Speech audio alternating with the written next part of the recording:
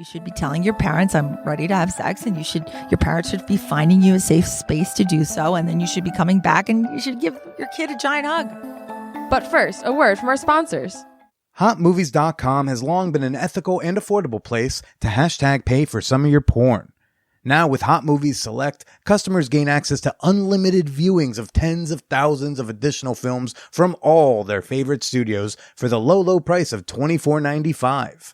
Visit HotMovies.com, click Select Unlimited, and use promo code MANWHORE at checkout so they know who sent you.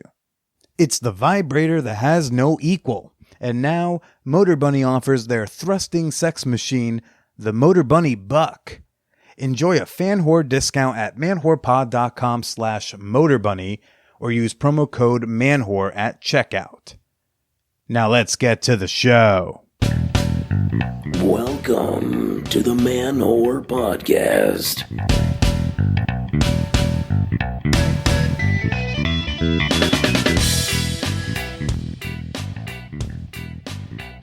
What's up, you fan whores? What's up, you whore heads? Hey, this is Billy Procida, and you are listening to the Man Whore Podcast. Welcome if you're new. Hey, welcome back if you're not. This week on the show, we have got on child psychiatrist Dr. Leah Leese.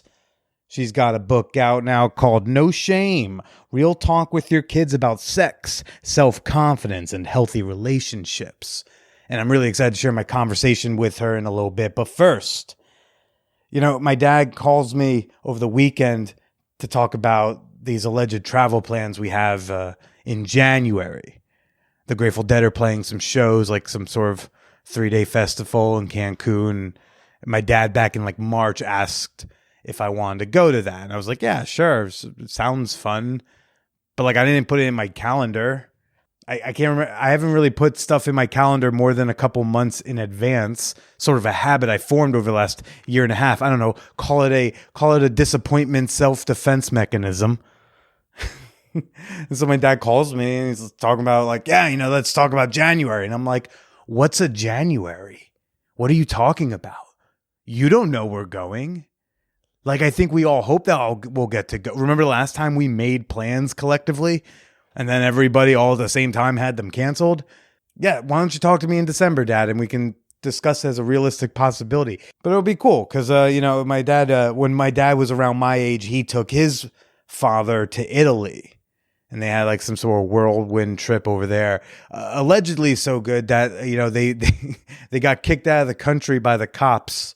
My dad and my grandpa, who died back in March, they got really wasted probably every night, but on one of these particular wasted evenings in Rome, they got really drunk and then they went into the Trevi Fountain, which is really not something you should do. It's a very old and historic, and two drunk American Goombas were in there splashing around, being loud and boisterous, and the cops got called on them, and then my dad and my grandpa got fucking arrested by the Italian police or the Rome police or whatever. And they effectively gave them two choices. They were like, we can press these charges and we're going to put you in jail, or you can go back to America. Of course, I don't know what the truth of that story is because my dad's kind of a tall tailor, but my dad also lives an absurd life, kind of like father, like son. And as I've been learning over the last few months, also apparently like Grandpa Joe, I apparently come from a line of men who don't give a fuck and live absurd lives, full of adventure. Although apparently my adventures have included way less pants wearing than my forefathers, but that's okay. So any of the tall tales my dad tells are very plausible, and yet oftentimes could also just be total embellishment, which has given me this weird fucked up relationship with the concept of an objective truth, with the idea of what's real. Because my dad can say he dated Lil' Kim, and I don't know if that means my dad and Lil' Kim were going steady if they had dinner one time, or if my dad and Lil' Kim had a one night stand. But somewhere in the nugget of the truth is the absurd reality already that my dad had some sort of personal relationship with Lil' Kim. I will tell you a future plan that I have been excited about. Man Whore Con. Oh, 2021. It's finally happening. Folks, there is one room left in the cabin, in the Airbnb for Man Whore Con in upstate New York. It features 2 queen-size beds, so 2 friends could rent the room. A couple and a friend, a couple of couples, however y'all want to splice and dice it. If several of y'all want to go in on a room together, start chit-chatting, start talking, and get back to me, because we would love to see you in August. So shoot me an email if you want to ask any questions or make a reservation. Also, folks, the Fan Whore Fantasy Football League is still looking for members. We're bringing it back after taking last year off for COVID. We do a $30 league. It's 10 to 12 teams, depending on interest, and we're going to draft in mid to late August. So shoot me an email if you'd like to reserve a spot. And you can shoot me an email at manwhorepod@gmail.com. Folks, so many of you ask me like in DMs and such, hey, what's your email address? It's always in the show notes. Every episode right there. You'll see links to all of my social media. You'll see my email ID. You'll see a link to our Discord server, the Champagne Room. You'll see it all. Although one thing you won't see is this next email. Saw a lot of mixed reactions about last week's guest, dating coach Connell Barrett.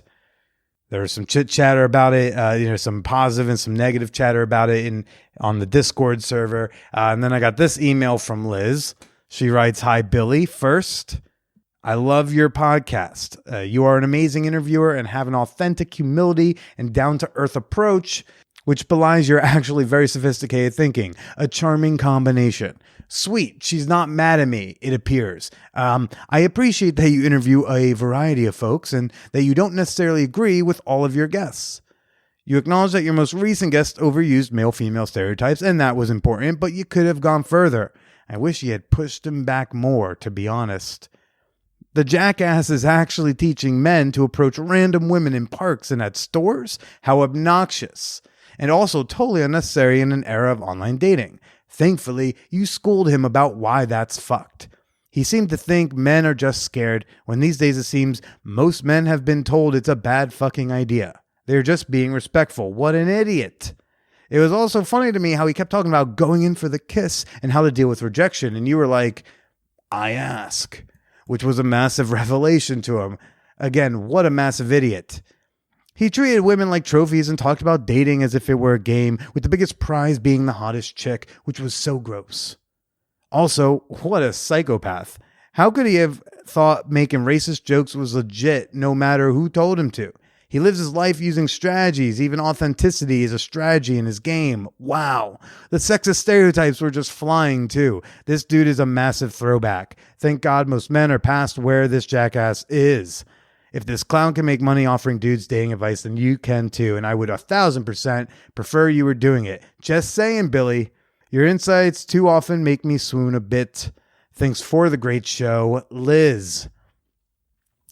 Oh, wow. I'm tempted to respond in piece by piece here, but my opinion was not asked for, and I do not feel like ardently defending. I do want to throw out there, there was a lot of hyperbole of what a psychopath, what a massive idiot, language like that. I just want to remind you that for a decent chunk of most of our lives, most of us did not know most things.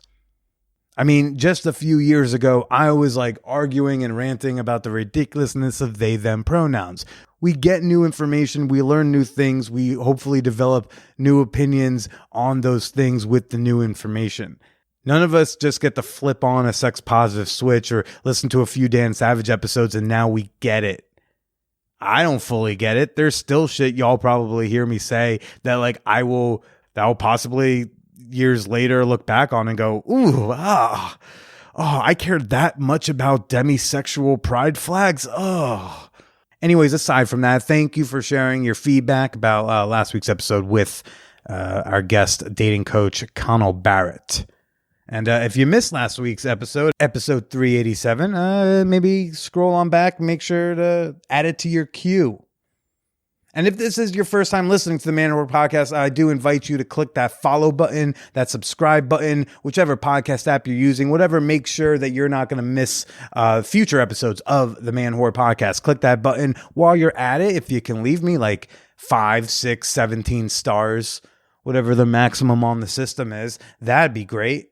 All right, let's do a fan whore appreciation moment real quick. Okay. This week's fan whore appreciation moment is going out to Tom Woodland, who I'm not sure if you are on Twitter at TomTomWoodland, but if you are, then your last tweet was on January 6th, 2016.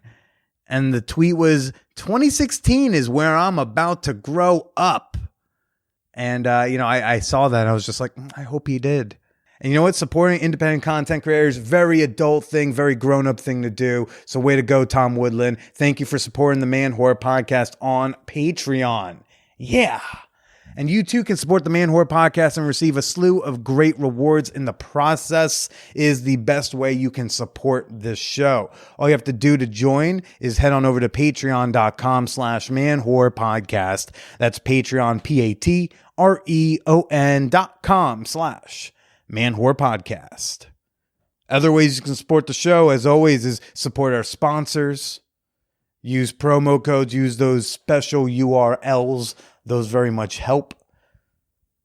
If you want to support the podcast, but you also want to see my dick in the process, you can check that out on OnlyFans at onlyfans.com/callmebilly. And if you head on over to the Man Whore Podcast Facebook fan page, you will find our merch store where you can load up on some goodies like buttons and stickers, panties and shirts. Oh my! Links to any and all that is always in the show notes, folks. This week's guest is Dr. Leah Liss. This is our second attempted recording. Connell isn't the only virtual recording that has had technical errors. We tried doing virtual earlier this year, pre-vaccinations, and we had a fantastic conversation, super fun, super cool. And we hit stop, and then I'm trying to instruct her on like how to export the file and send it to me. And then she's like, oh, it didn't record. She said it so nonchalantly as if it was like no big deal. Oh, it didn't record. That awesome conversation I just had with the tequila of psychiatrists. It's no. But she did invite me out to Long Island, to her beautiful home. And we recorded out in her backyard. And then after we were done recording, she took me out on the boat. Yeah. I got to like chill out on the Long Island Sound on her boat for like an hour and a half, drinking boxed wine and talking sex positivity and sexual shame. Because, yes, I do this in my free time. This is the shit I still nerd out on. Like when I'm not doing a podcast, I'm still talking about sex and dating and just sprinkle a few Kevin Smith quotes in between. That's what it's like to probably have a conversation with me in the day to day. And I'm excited to share my conversation right now with you, recorded this time with Dr. Leah Liss. The Man Whore Podcast is sponsored by hotmovies.com. I was like, there's something wrong with the way we pay for porn online. Like, yeah, I understand monthly membership subscriptions when you have like one or two things you really dig in a porn and you're like, that's what I need. Yeah. But I don't know. I'm kind of like variety is the spice of life. I like having access to a little bit of everything. Hotmovies.com is democratizing porn. You choose where you use your minute. They're not going to make you pay for a whole porno if you're not going to watch the whole porno. Sometimes you only need 2 or 3 minutes. And to help sweeten the pot, hotmovies.com has given all Man Whore Podcast listeners 20 free minutes on top of any package you sign up for when you use promo code MANWHORE at checkout. Plus, hey, it lets them know who sent you. And hey, if you are one of those people who enjoys a good monthly subscription and unlimited access to content, they've got you covered there too. They've got the Hot Movies Select Unlimited plan for $24.95 a month. Now let's get to the show. I mean, I think I'm just surprised by how many people who read it were like, oh my God, it's such common sense. But it gave me finally permission to do the things that I knew in my heart were right. And I think a lot of the book came from obviously my experience as a psychiatrist, but also my instincts as a mother and from what I just know based on connection with my ancestors before me, like has got to be okay. Things like being naked with your kids.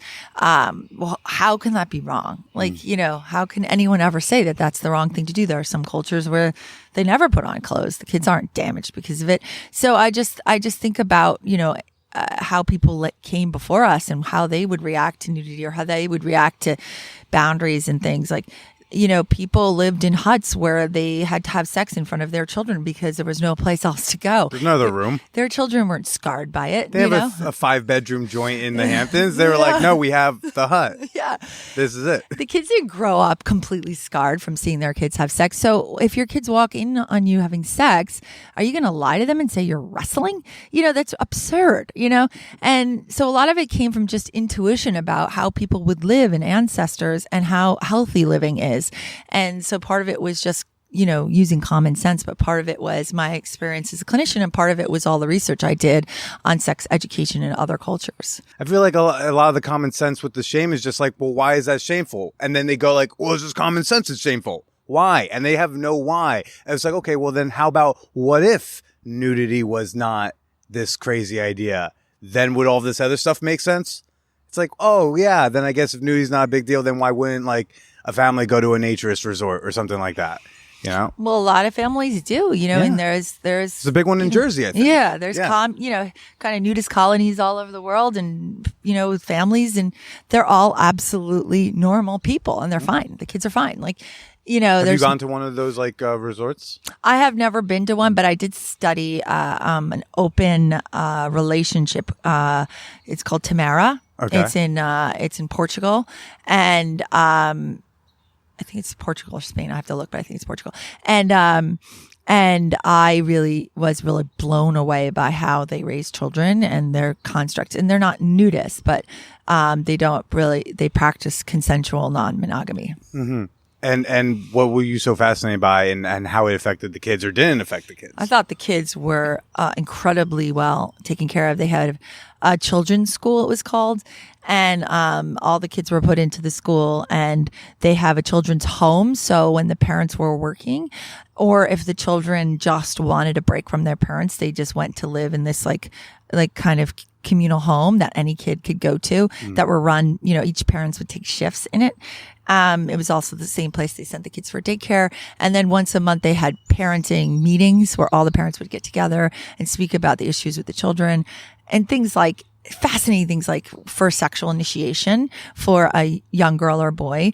They would tell the community when they felt ready to have sexual initiation, and they would pick someone in the community to share that with.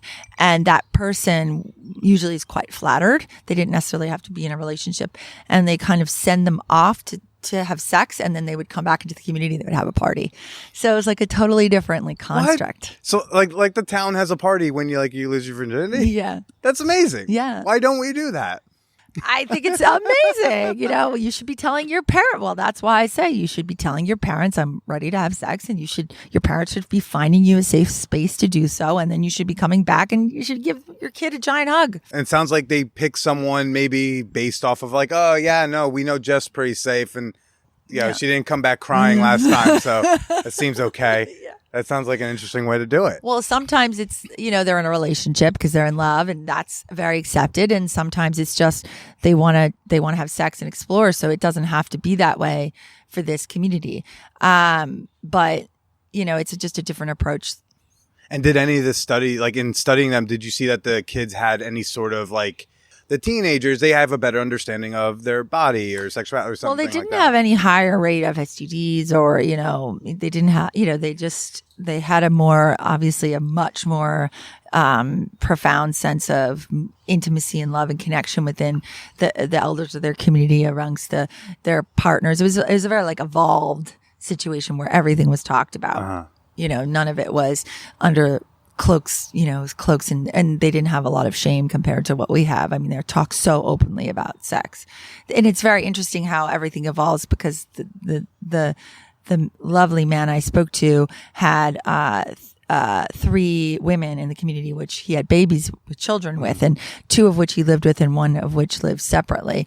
But they raised them all very collaboratively. And this isn't like a native community. It's just a community in Portugal. Yeah, it's like Europeans, Americans, all different. It's just a open community. Incredible. That I talked about, and they breastfeed each other's children. It's wild. It's really cool. A real radical, different way of doing things. Yeah. That's so cool. Well, it's a good time to say right now, I'm here again with Dr. Leah Leese, a.k.a. the Shameless Psychiatrist, or a.k.a. according to my notes from our failed recording session, the Tequila of Psychiatrists. I have a lot of fun notes apparently from last time. I also wrote at the top of my page, I showed her, I said, it just said, yo, this lady seems mad cool.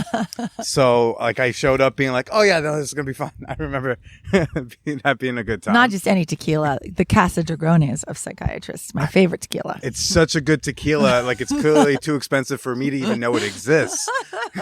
That's so you work you work primarily with kids as a psychiatrist, and you talk a lot about sexual shame. You have a crazy good Instagram. Like if people love a good Instagram page with a pretty feed that like, you know, is color coordinated and everything, gotta check this out. But yeah, you post a lot about childhood sexuality on your Instagram. What caused you to start doing that without the fear of being called some kind of, you know, perv or child sex trafficking perv? I don't know, pizza places, whatever. Yeah, exactly. Pizzagate.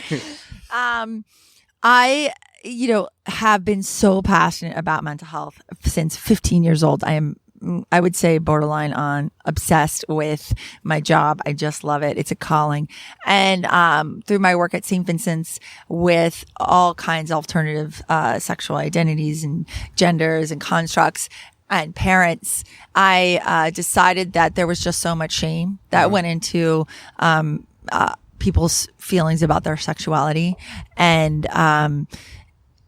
also into parenting. If you weren't, the typical normal Walkwell, nuclear family, that I just thought, well, that doesn't make any sense because a good parent is a good parent.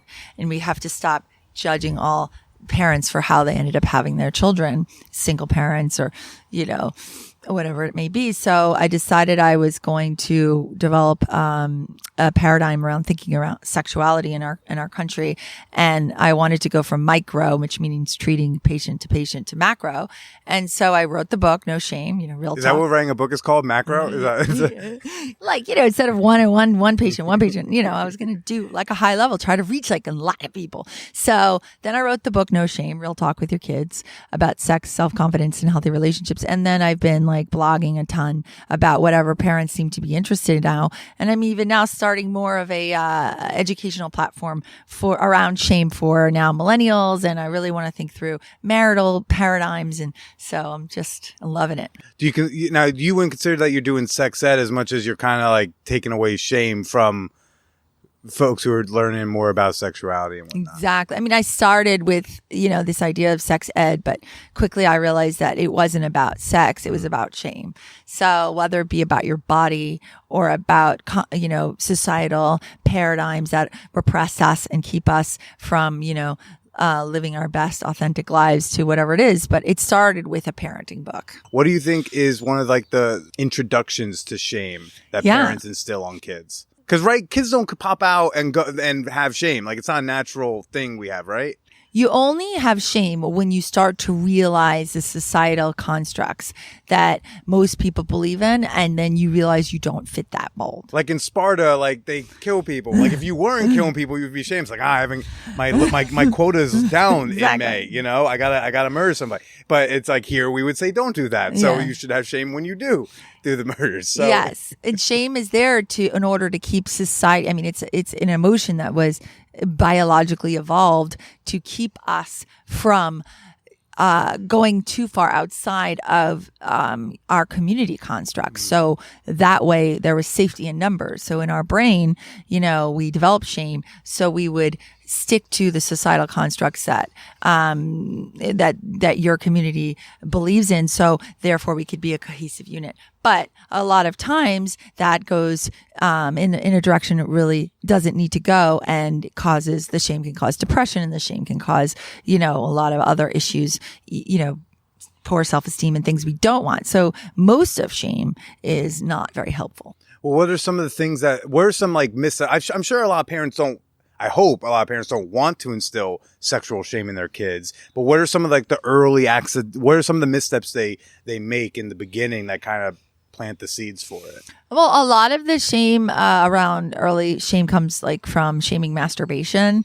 If they see a little boy or a girl, reach down and play with their genitals, they'll say, don't do that. Or, and they never really give them any explanation. And, or they, they'll push their hands away, things like that, instead of just saying, oh, that's for you to do it when you're alone, but it feels really good. It's very pleasurable, but you should do it when you're alone. So already planting the seeds about pleasure. I feel like that's where we run into this like common sense university stuff, because someone would be like, but then you're telling your kid it's okay to masturbate. And we're like, yeah. And they're like, that's what it doesn't compute. Yeah. Because they're still dealing with their shame. Yeah, because masturbation is the foundation of sexual pleasure. And it's something that as a child you can do on your own very safely without any risks of predatory behavior. And it sets up the foundation for later sexual pleasure, which is what we want. We want our children to grow up to have enormous sexual pleasure, because that's also the foundation for intimacy.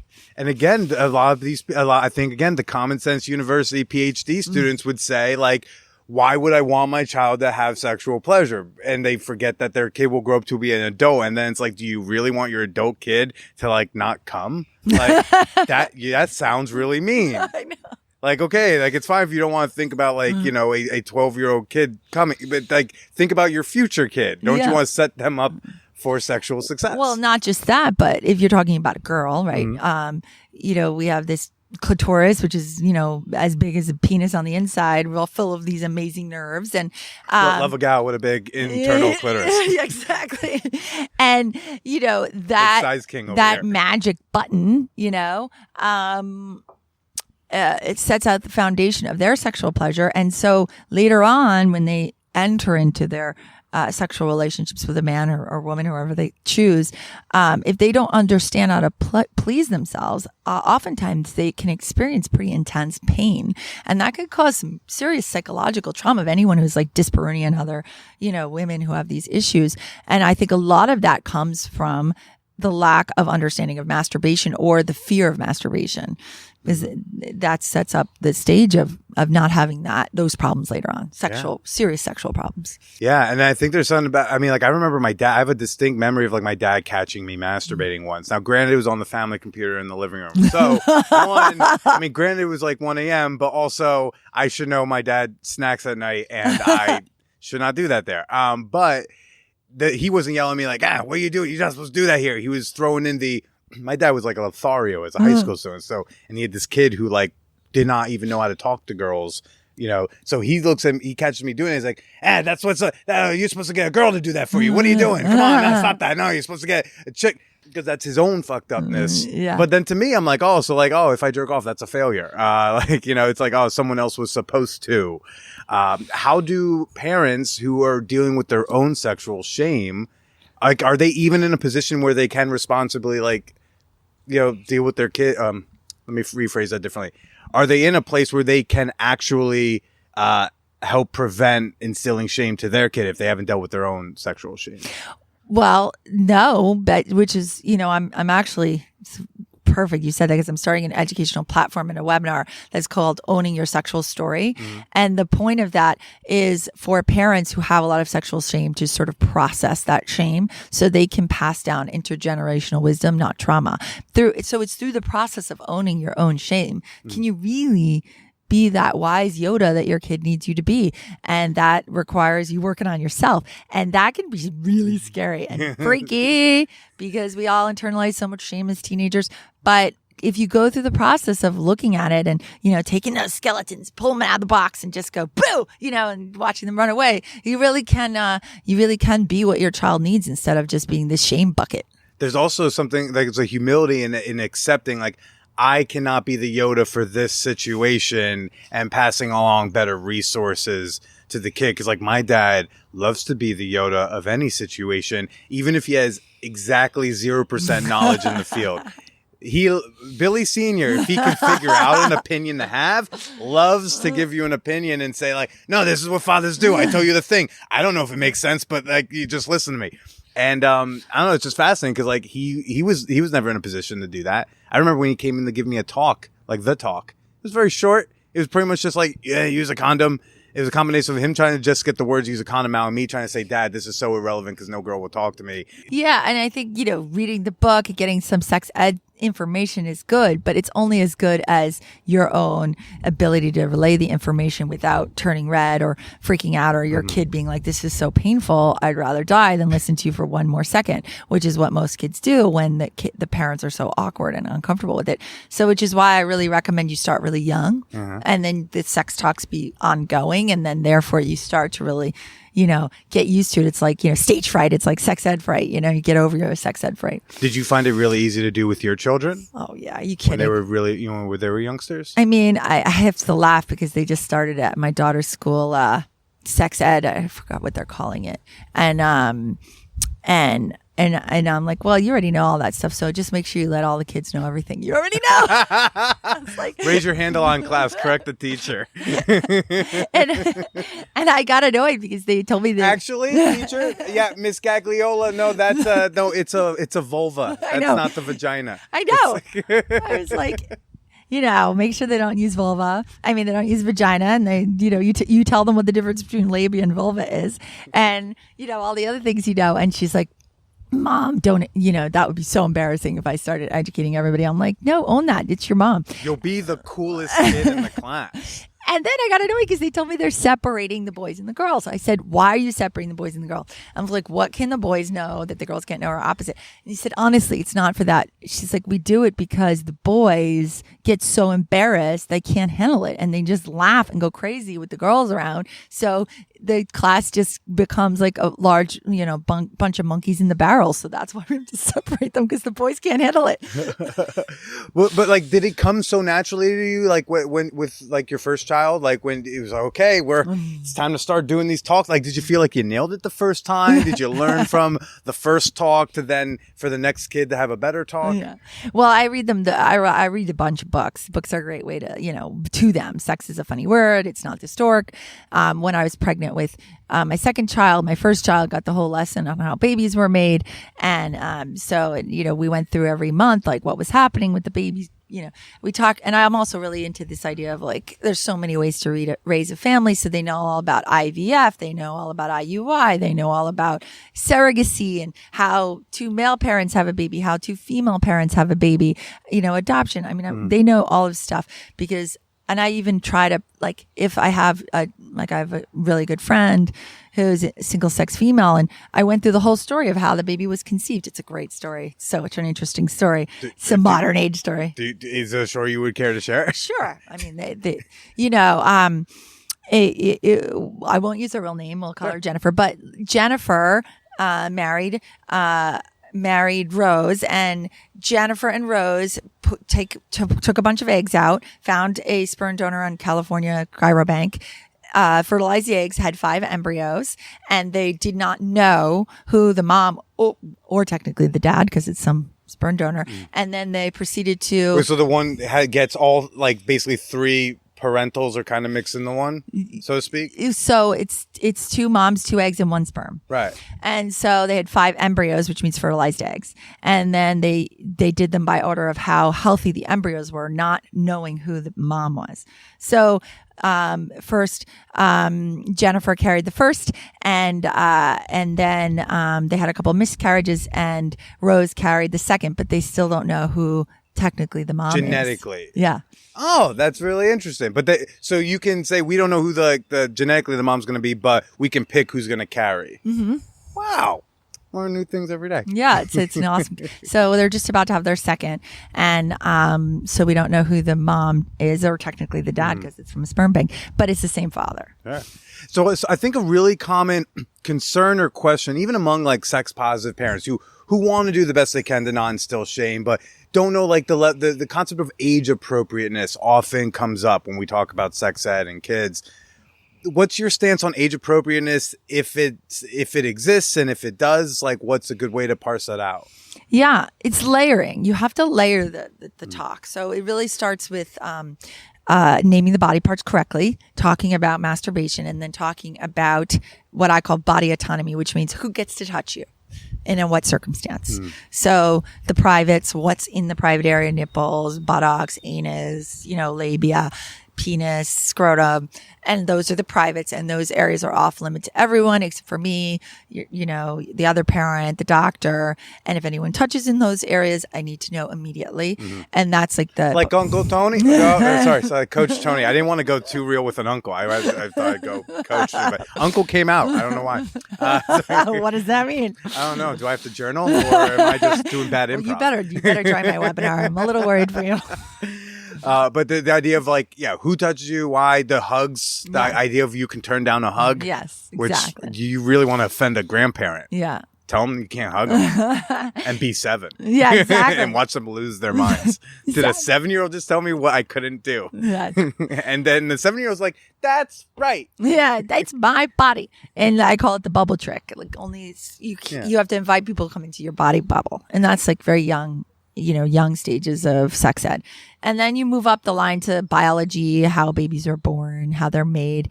And then you go to, then you start like the tween era, start talking about, sexual intimacy, pleasure, and sexual consent and sexual safety. But it's not one talk. You can see how this grows. And you set that foundation and framework early, but then as the years go by, you fill in more and more and more information. Until you get to the point where hopefully you're just buddies and you can just like talk about what's going on.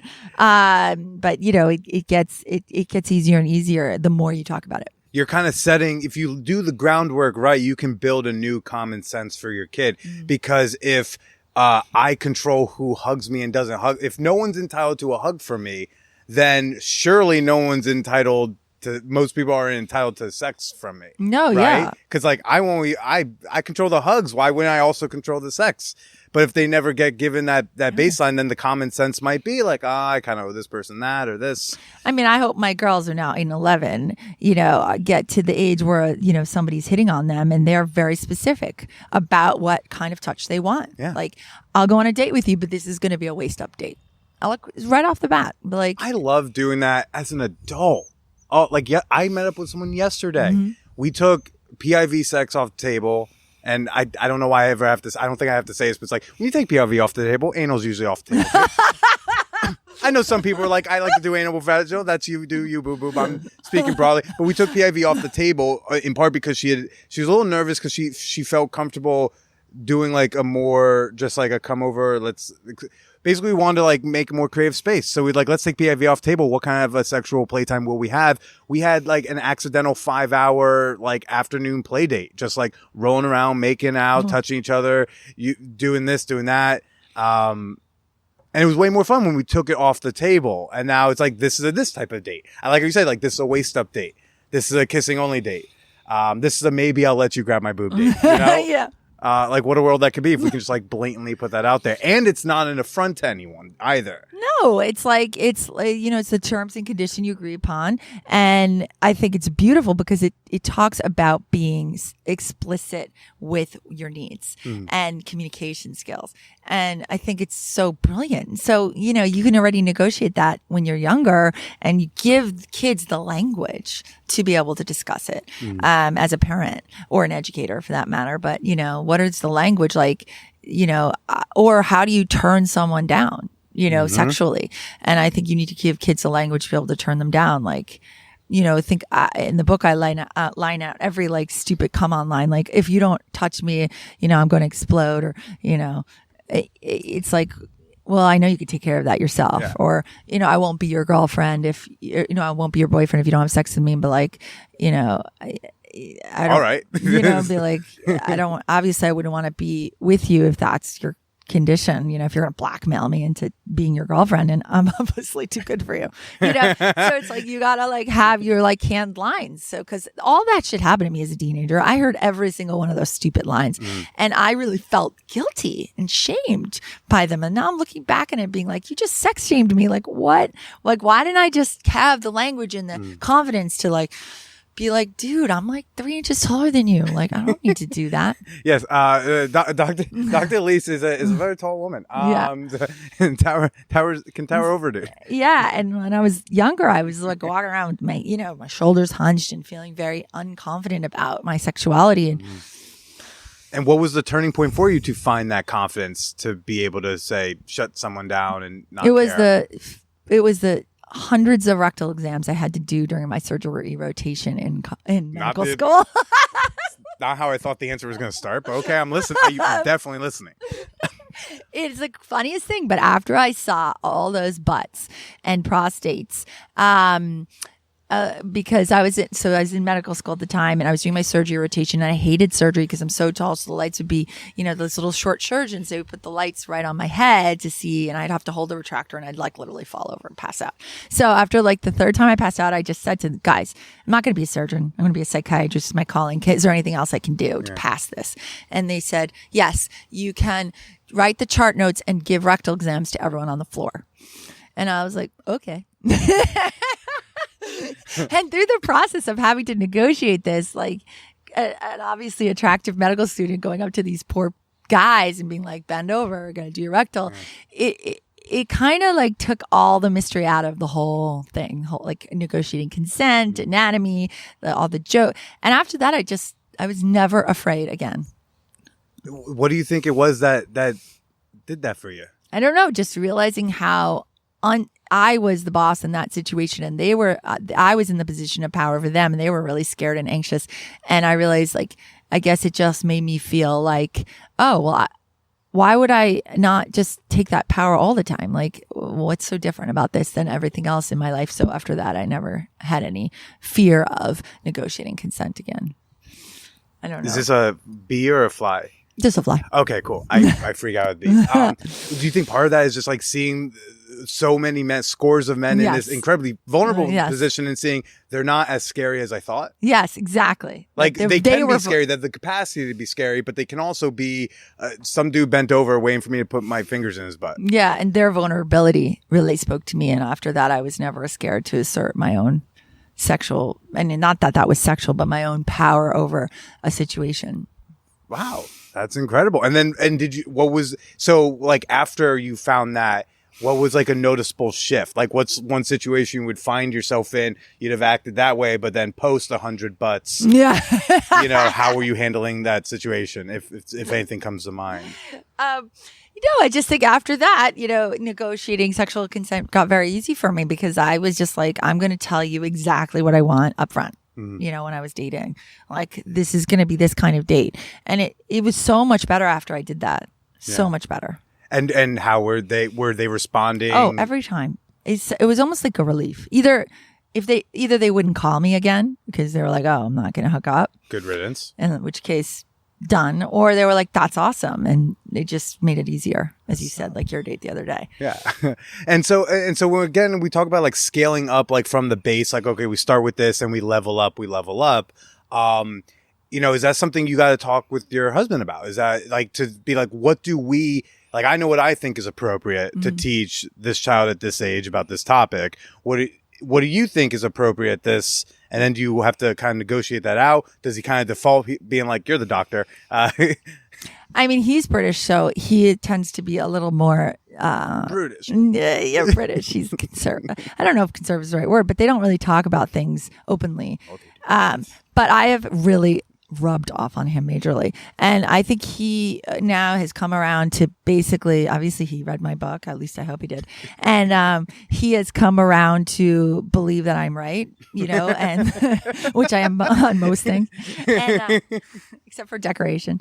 He's way better at decoration. And so he's totally so open with the girls now about sexuality, and he's in part of every discussion, and he's not afraid to talk about it with them. And I feel very strongly that both parents, I mean, whether it be two moms, two dads, whatever, both parents need to talk about sex with their kids. It's not a single sex conversation, father, son, mother, daughter. And if you're in a single sex relationship, that you have to find the opposite sex role models to the uncle, the friend, to impart wisdom, sexual wisdom, because I believe it has to come from, you have to give both perspectives on every topic.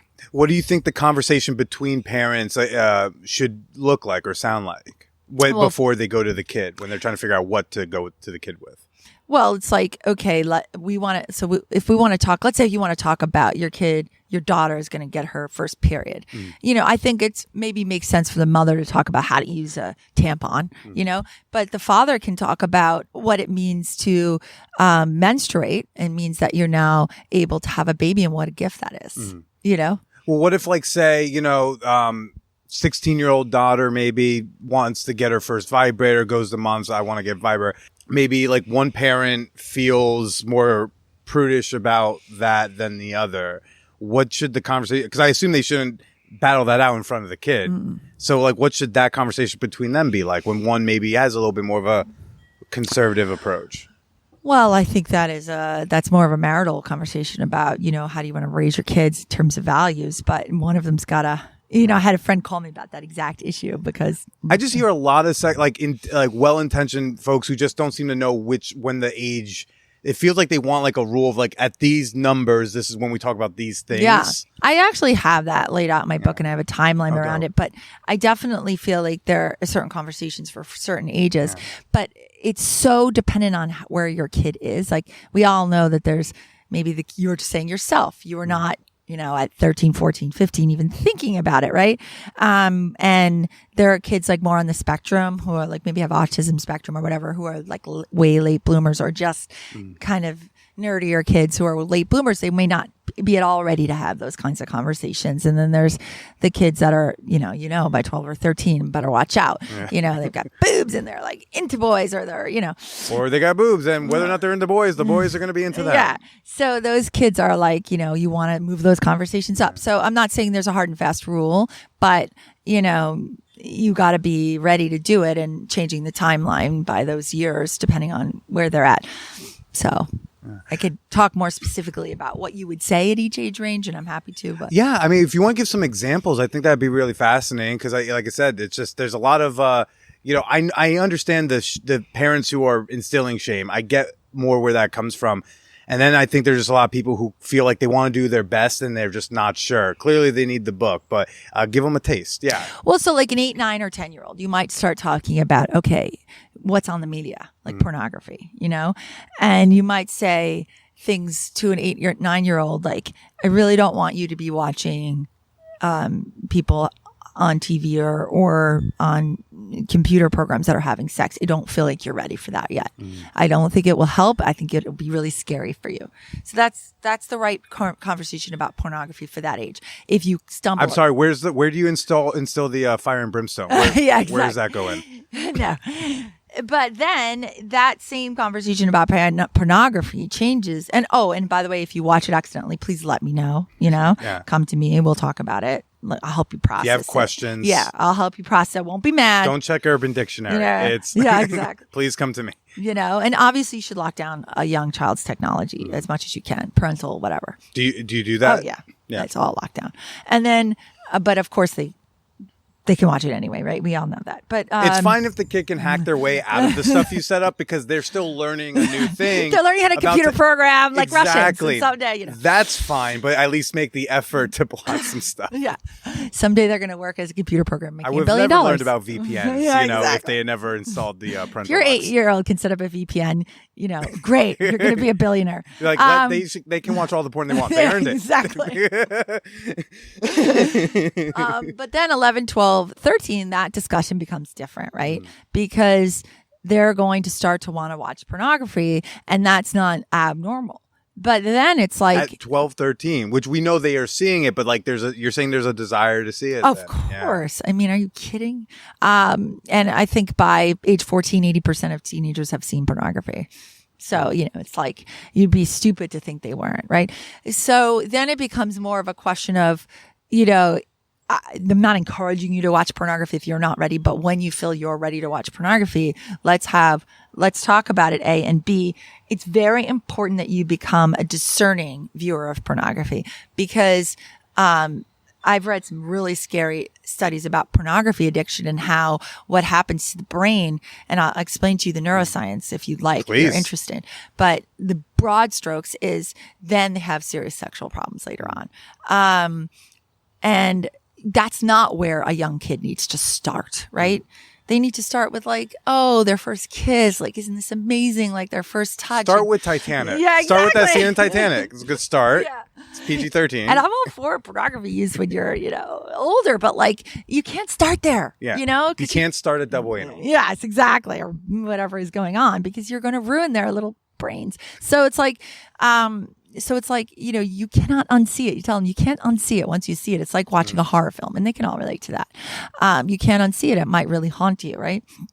And so it's like, let's talk about like what kind of pornography, if you really want to watch, is appropriate. There's some literotica, like literature pornography.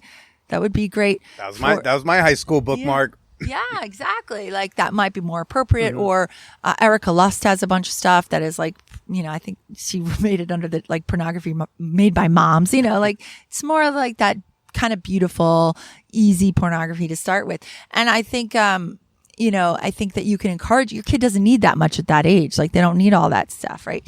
They got homework. Yeah, exactly. Well, not just that, but like, teenage boys can get excited by anything. Like they don't need like a whole lot. They could just have a naked picture. It would be enough. So it's like, we really want them to start with that kind of stuff as parents and, hope that we can preserve their innocence. Because believe it or not, I'm always trying to preserve kids' innocence. It sounds to me like, oh my God, you're talking about teenagers watching pornography. I'm like, they're watching it anyway. I am just trying to get them to see that they don't need to watch, what's free. What's free is like incredibly graphic and very, very nasty and violent, and most of it is violent and degrading to women.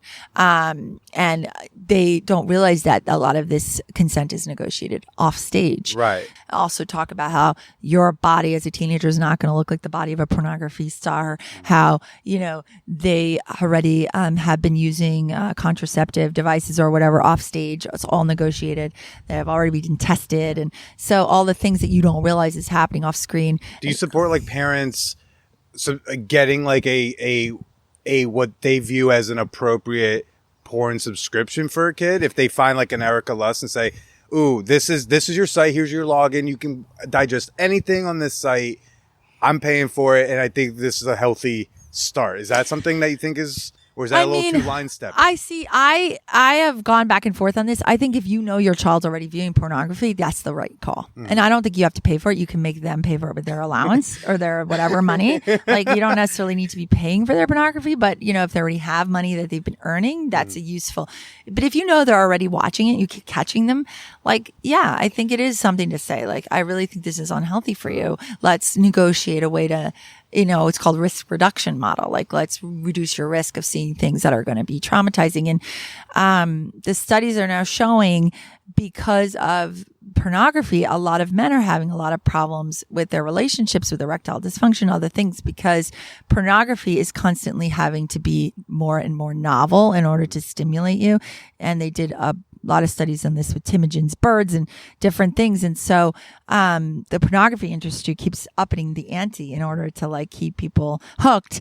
And it's getting to the point now where it's just getting more and more outrageous and fringe, which is fine if that's what you're into, but it's causing a lot of problems for people, as time goes on. There's really The Brain That Changes Itself, a book, talks about this, and it's really, by Norman Dodge, talks about this exact thing and how it kind of takes our brain hostage and makes it harder and harder and harder to have like normal sexual relationships if we watch a lot of pornography. I'm not talking about a little bit. Yeah.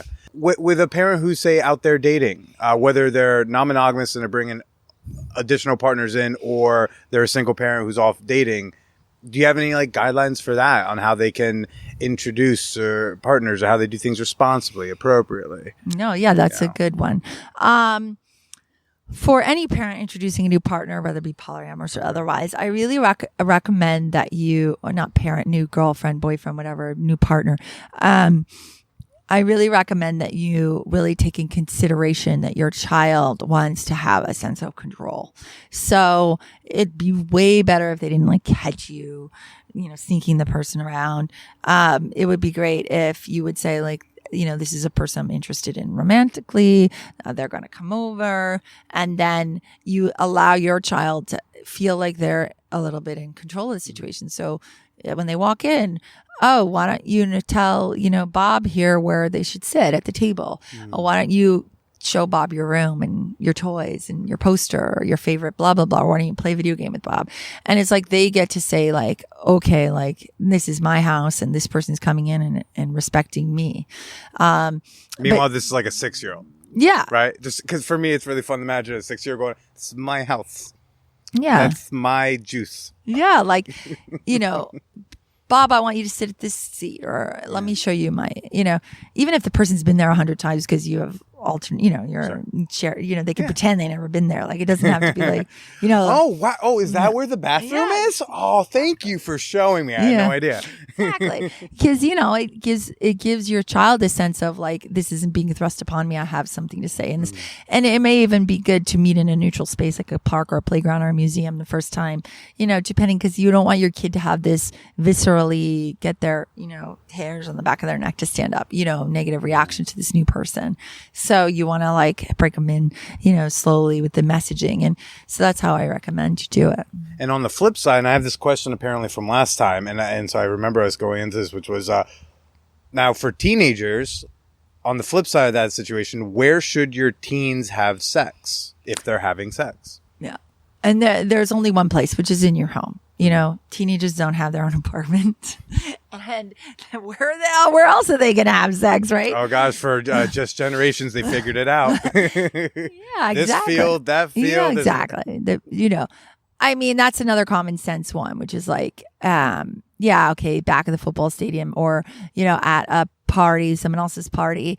First of all, if you're doing it in a car or a stadium or, a public place, there's risks of indecent exposure or getting in trouble with the law or getting suspended from school or, getting kicked off your football team. Mm-hmm. All those things, there are real risks. Legal and serious risks to that. If they're having sex at somebody else's house during a party where there's drinking, there's a chance they would be sexually assaulted. Somebody else would come in and it's a free for all, it's a gangbang, and your teenage daughter's in the middle of that. I don't see any upsides to any of those situations for a parent.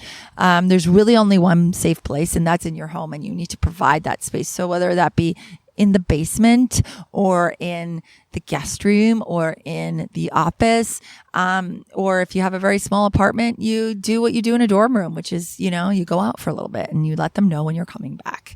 I got to go out now. I'll be back in an hour. I'll text you before I'll knock. I'll text, cue them like, I'm going to go pick up my medication. Yeah.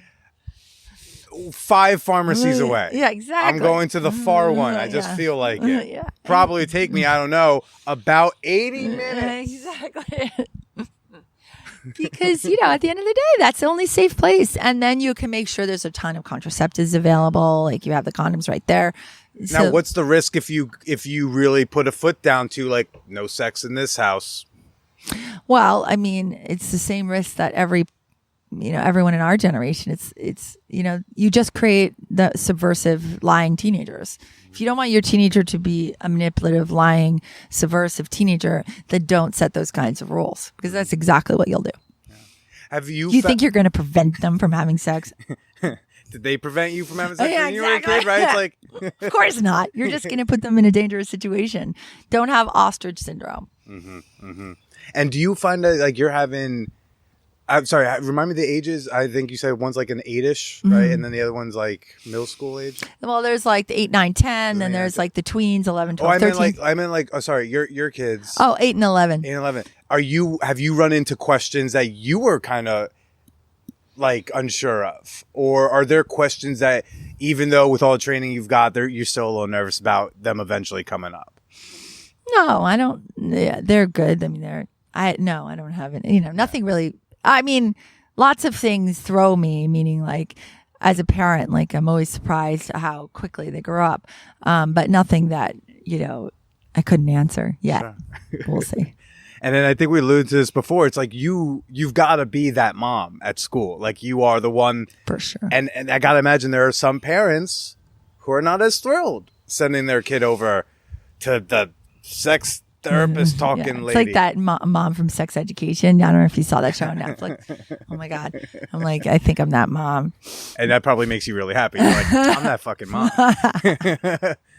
But is that something like you kind of face in your neck of the woods? Yeah, I live in a small town in which, I'm the only psychiatrist in the town, child psychiatrist. So I'm sure that there's a lot of that.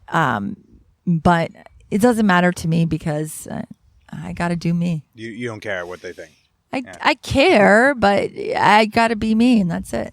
So, if they don't like me for it, I wouldn't have picked this field if I was scared of that. Hey, if they don't like you for that, they're probably having really bad sex. Yeah, exactly. They don't sound very fun. But on the flip side of that, there similarly, I gotta imagine you're also that mom in the community that some people are like, "Can I come ask you a thing about the thing?" Yeah. Hey, what happens if I put two? Can I put two in his? Yeah, you can. It's fine. I get asked at least 3 or 4 times a week. Oh my gosh! Yeah, that's a lot. That's unpaid labor. I know. To the point where I have to laugh because it's so frequent that I almost feel like I have a volunteer job.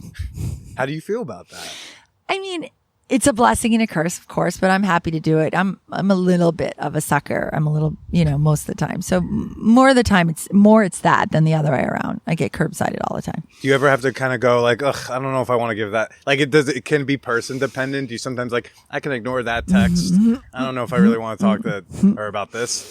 I mean, most of the time I try to do it if I can, but if it gets too much, then I'll try to be like, you need to actually seek, professional help. Are they like kind of like low grade questions, just like, oh, like what do I buy? Or oh my god, I get crazy questions. What are some questions you get? What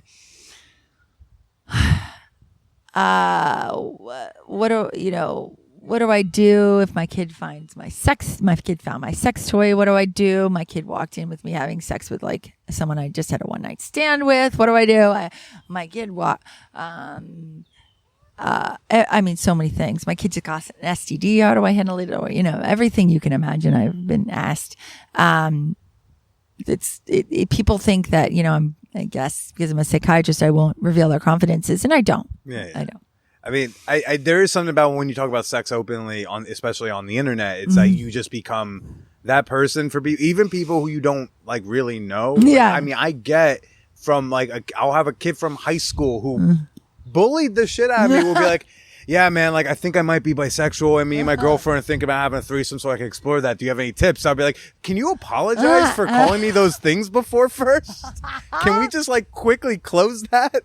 Exactly. And it's and then also sometimes like I know I'm not in the mood to receive those questions. Sometimes I'm totally like, let's talk about oh my god, do you want questions about sex parties? I'm so happy and excited to share. But sometimes I'm like, I don't really wanna. Do you ever get like do you ever just get like, I'm tired, I just had this many patients. You're the third person from the PTA to ask this week, and I'm just like today I need to just sit with a glass of wine and watch Netflix. I don't need to get into this with you.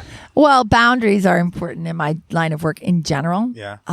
Setting boundaries with patients and friends who ask me, I feel like I am literally famous, like Mick Jagger, sometimes because being the only psychiatrist in town and also having this media career, people could suck every moment of, sometimes I feel like no autographs, please, like I'm really busy right now. No autographs. I'm sorry. You're going to have to come back later. And that to me is kind of wild, also being 6'2" and a half. Everybody knows me in this town. Like I walk down the street, I hear my name called like 600 times, and yeah, it's an awesome gift. I'm so freaking lucky. Beyond lucky to have this calling and to do what I do. But yes, it is exhausting, and people will suck the life out of me if I'm not careful. So I have to set boundaries. Yeah. And how do you do that? Do you just say like, oh, I can't right now, I'll give you an appointment time, like not an appointment, actually, I'll call you Tuesday at this time when I'm free. Not like, I'm charging, but can we at least schedule this question? Exactly. If it's a long question, I'll be like, I've got time Tuesday at this time and I'll be happy to call you. Sometimes I get I'll get like an Instagram DM from a listener who wants to send me like a question or a story like thing. And it's this long. I'm like, can you email this? Like, how's that for a boundary? I'm like, can we just put this where I can have all my fingers available to answer you? And now I started an educational platform on Mighty Networks, and due to that, like I'm now trying to direct like people to that so they can ask me questions on that forum. So if it's not like a deeply personal question, I'll be like, why don't you ask it on my platform and I'll answer it because I'm trying to grow that platform. Dr. Leah Elise, is there anything else you want to make sure people hear and know about, sexual shame and preventing and help them prevent instilling that in their kids before you depart? Yeah, sure. I mean, I think what I wanted people to know is that owning your sexual story and history, even if it was bad, there are terrible parts of it, is such an important part to being a good parent and role model. Because you can always find the pearl in every bad story. You can always find a way to spin the story to make it rational, positive, healthy. And when you do that, you can be the role model of your kid that they really need. And that's what you need to do. So, own your stuff. Yeah. Own your shit, everybody. And if you're not in therapy, go get in it. Yeah. Go help go explore more my my platform and read more about it or find a therapist or just own it. And then you're going to be the best thing you can be for your kid is a good role model. End of story. Absolutely. And where can people go to find you? I'll have a link in the show notes to the book. Great. Shameless Psychiatrist is my website, and that same on Instagram and also on my new platform. I would love you guys to join that, which is on Mighty Networks. And they can get a link to that on the website. Mm-hmm. Fantastic. Well, Leah, thank you so much for chatting with us. Thanks for sharing this wonderful view. This is wonderful. And why don't you go ahead and say goodbye to everybody? Fun. Yeah, thanks for having me. It was so much fun. I enjoyed it.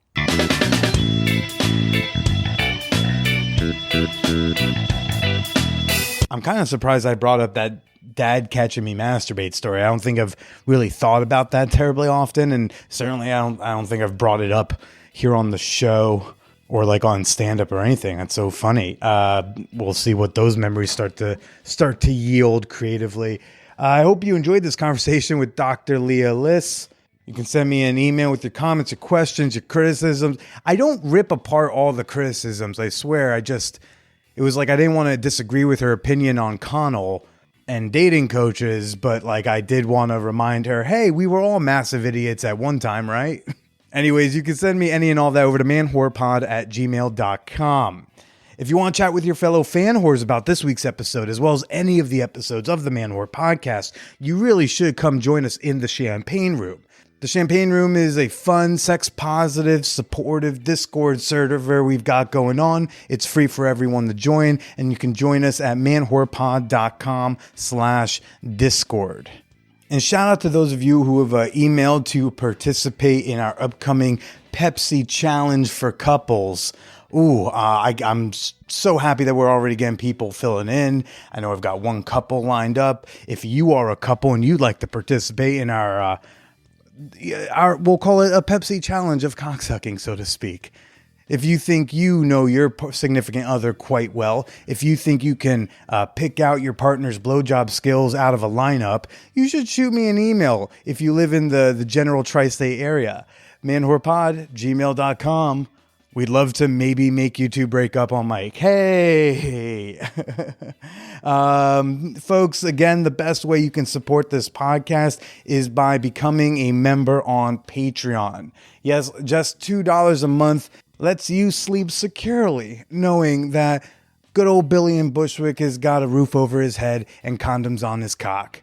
Become a member today at patreon.com/manwhorepodcast. That's Patreon, patreon.com/manwhorepodcast. If you present fake vaccination cards at a vaccinated play party, you are a massive asshole. Just wanted to throw that out there. Stay slutty.